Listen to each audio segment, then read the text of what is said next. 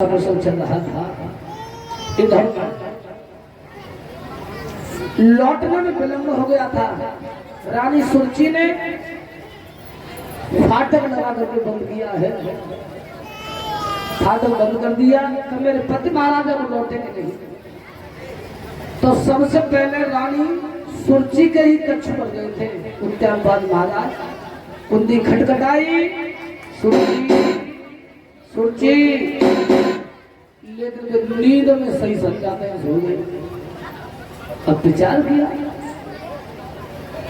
तो छोटी रानी सो गई, न हो तो आज बड़ी रानी के कक्ष की हो जाऊंगा। राजन परीक्षित जिस समय कारावास भवन की ओर चले हैं तो आवाज दे रहे थे राजा उत्तर जाते। सुनीति सुनीति तीसरी आवाज भाइयों भावों को होकर के मारी है। तब आवाज दी है कि सोनार सीधर आज मानु राजा खोलोला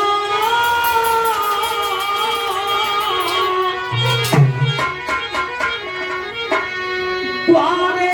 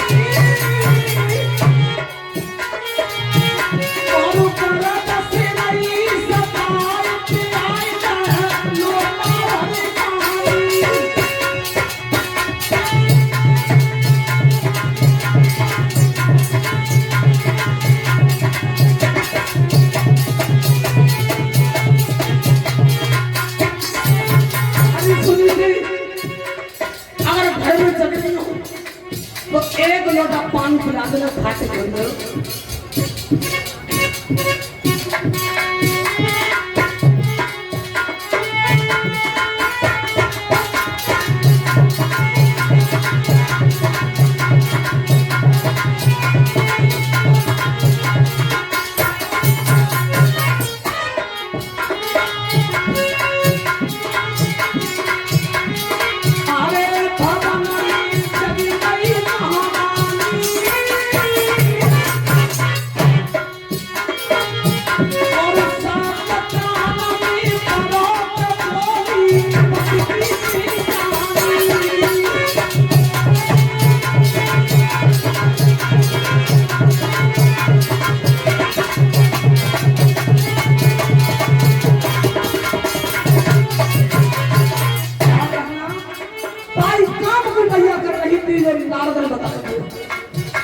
सोई नहीं, आसन लगा हुआ है उस पद पर।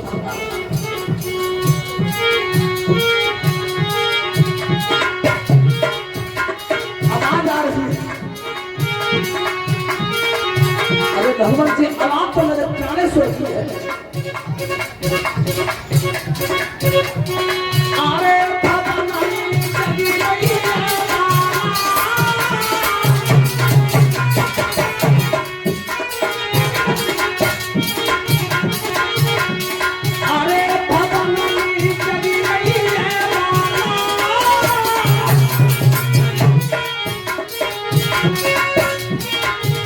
और कोई नहीं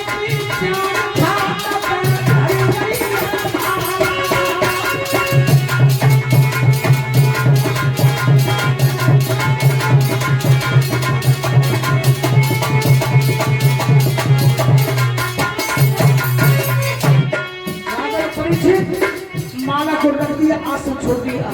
कहाँ पहुंची? गेट पे। और फिर राजा ने बात मारी, अरे सुनी थी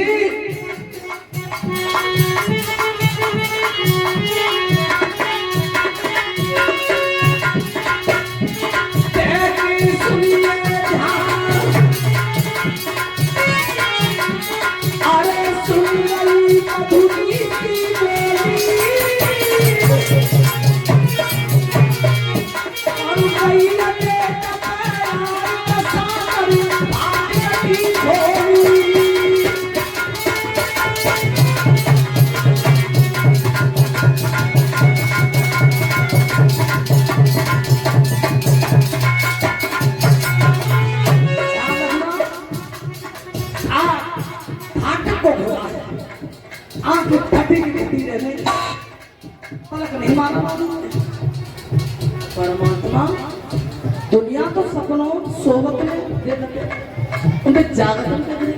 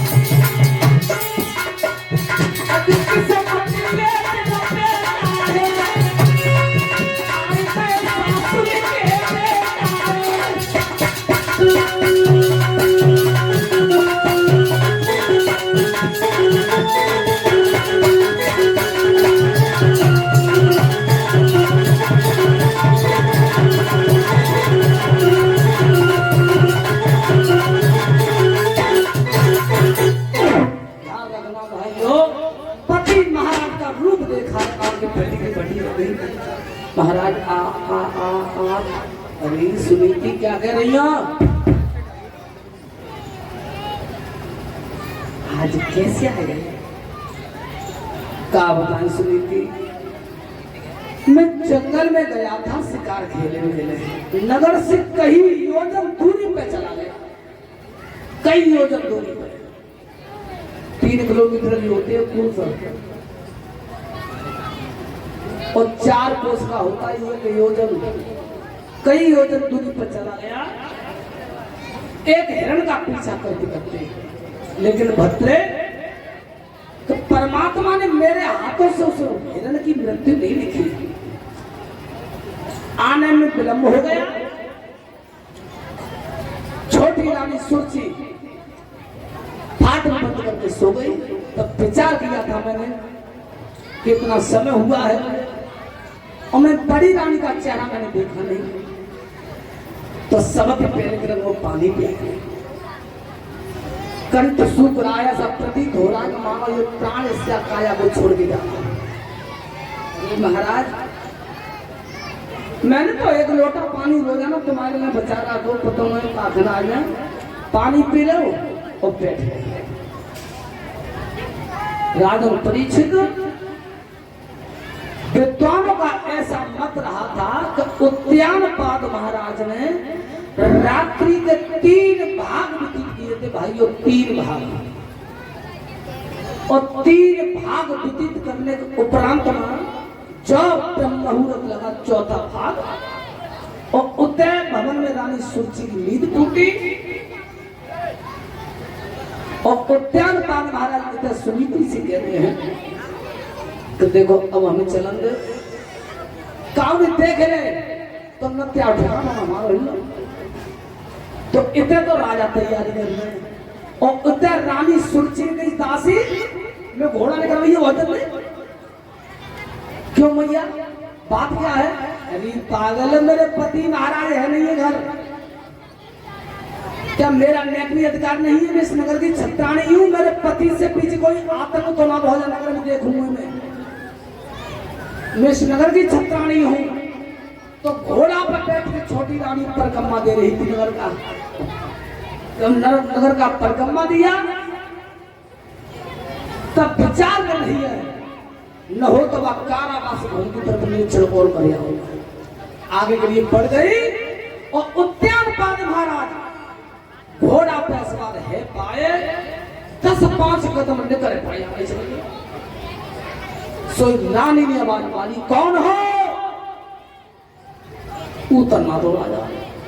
कहा मालूम पड़ी झूठी रानी, कौन हो? सोई राजा की योगी कभी भगवान उतर क्यों नहीं रहते हो? करनी हिट करके, मैं इस नगर का राजा हूं उद्यानपाल, तुम कौन हो? तब तक तो आमने सामने घोड़ा खड़े हो। महाराज आप? हाँ जी बता, तुम कहां घर नहीं जाखन? महाराज तुम घरे हैं तनाए, तो मैंने विचार किया कि मेरे पति से भी कोई आत्मा तो ना हो नगर में, तो मैं जब नगर का निरीक्षण कर रही थी घोड़ा पर बैठ गई। लेकिन तुम बताओ तुम कहां प्यारे लाखन हैं? उद्यानपाल महाराज कहने लगे, भद्रे मैं आ रहा हूं जंगल से, शिकार खेलने के लिए गया था और कई योजन दूरी पर चला गया था, सिपाही थक चुके थे, मैंने लौटा दे मार्ग में से। देखो घोड़ों को परसता है और मेरू काया, घोड़ों को दोस्ता है और मेरू काया परसता है। अब चलो घर चलते। जैसे कही राजा ने तो शिकार खेल के आना हूं, राजा में परीक्षित उसी समय छोटी रानी ने कर्म कौन सा दिया?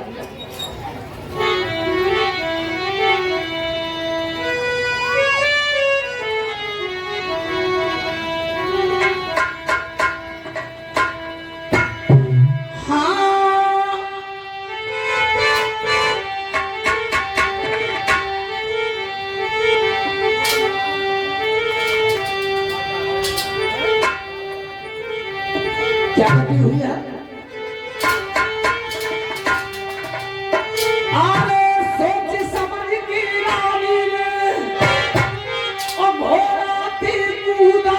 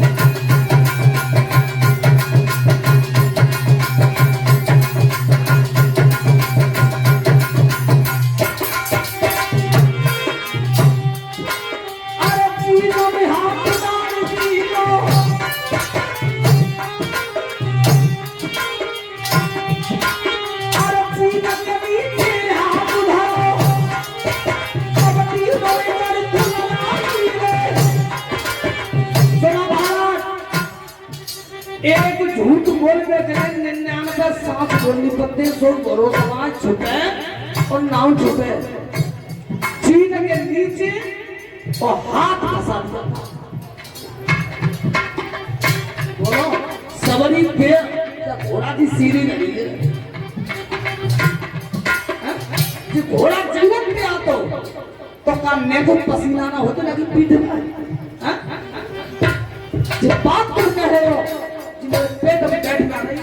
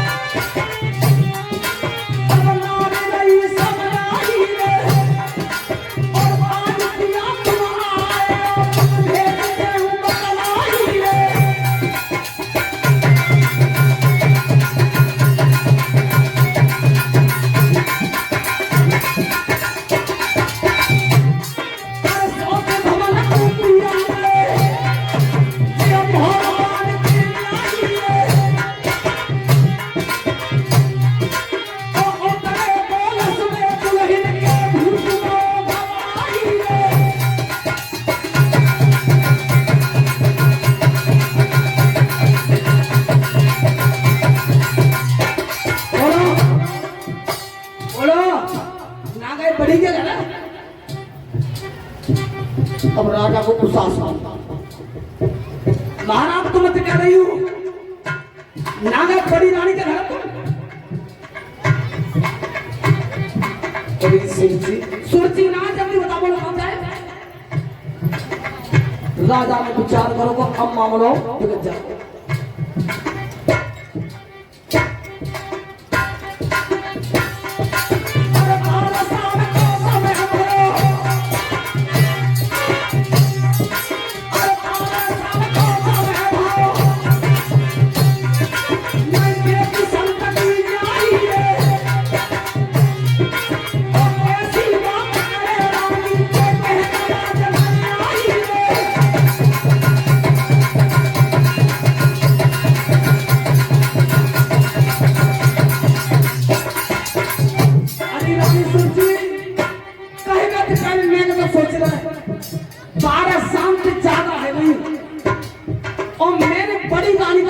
देखा नहीं और मोट करिए बड़ी के घर पे आए। सुनो महाराज तेरी आवाज कैसे लग रहा है ऐसे नहीं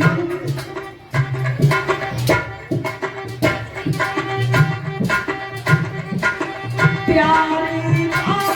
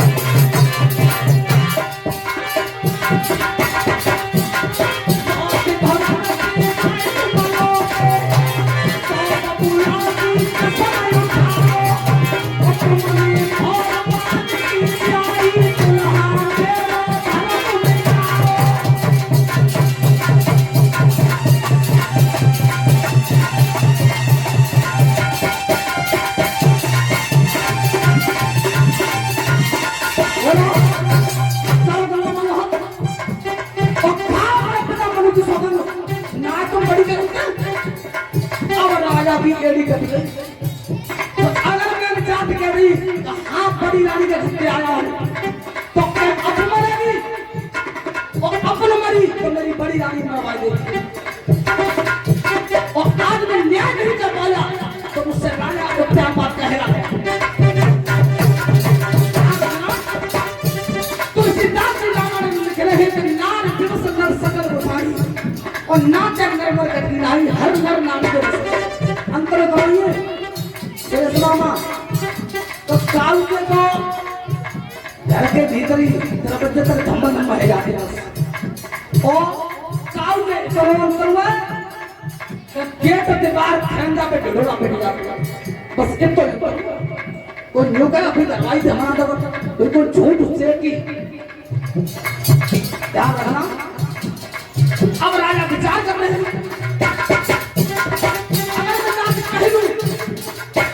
बड़ी तो क्या खुद मरे को ले जाएंगे?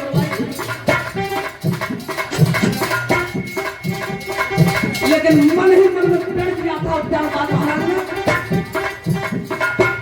क्या मेरी रानी नहीं है? आज मैं अपनी रानी के प्राणों की रक्षा करूंगा, और जब माल पड़ेगी यहाँ आए तो मरवाई देगी मेरी रानी को, पैसों मरे के समान ही है। चाहे इस पाप का बोझा अपने सर पर क्यों मुझे धारण करना पड़ेगा।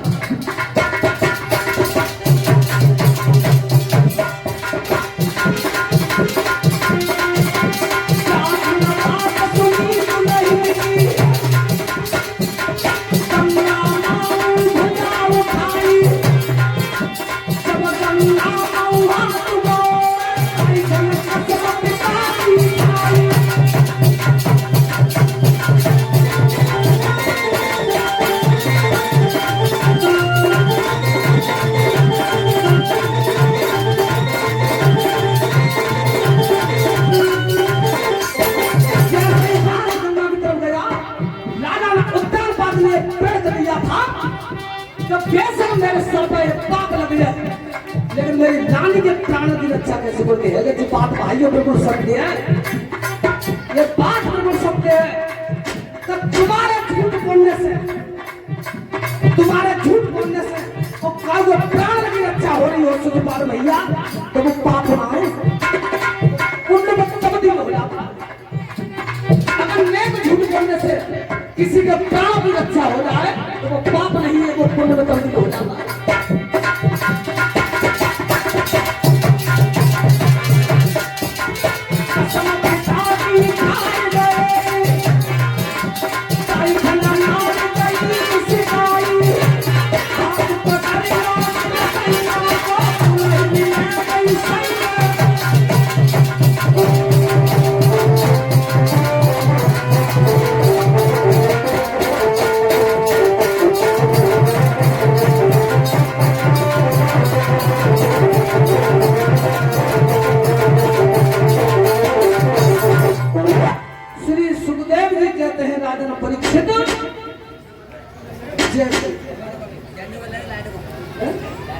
अच्छा चलो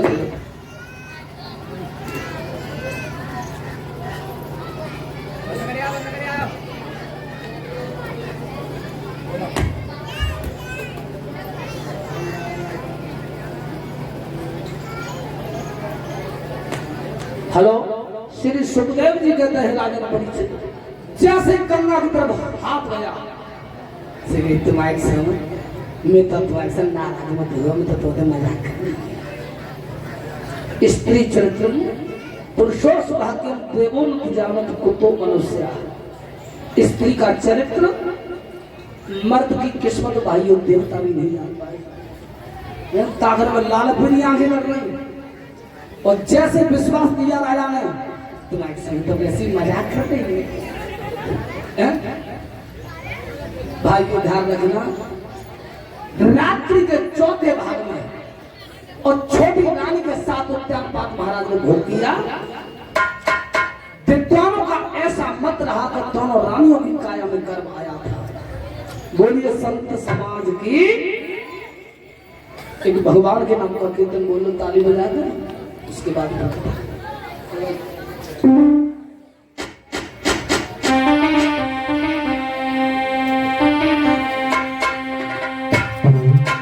हेलो।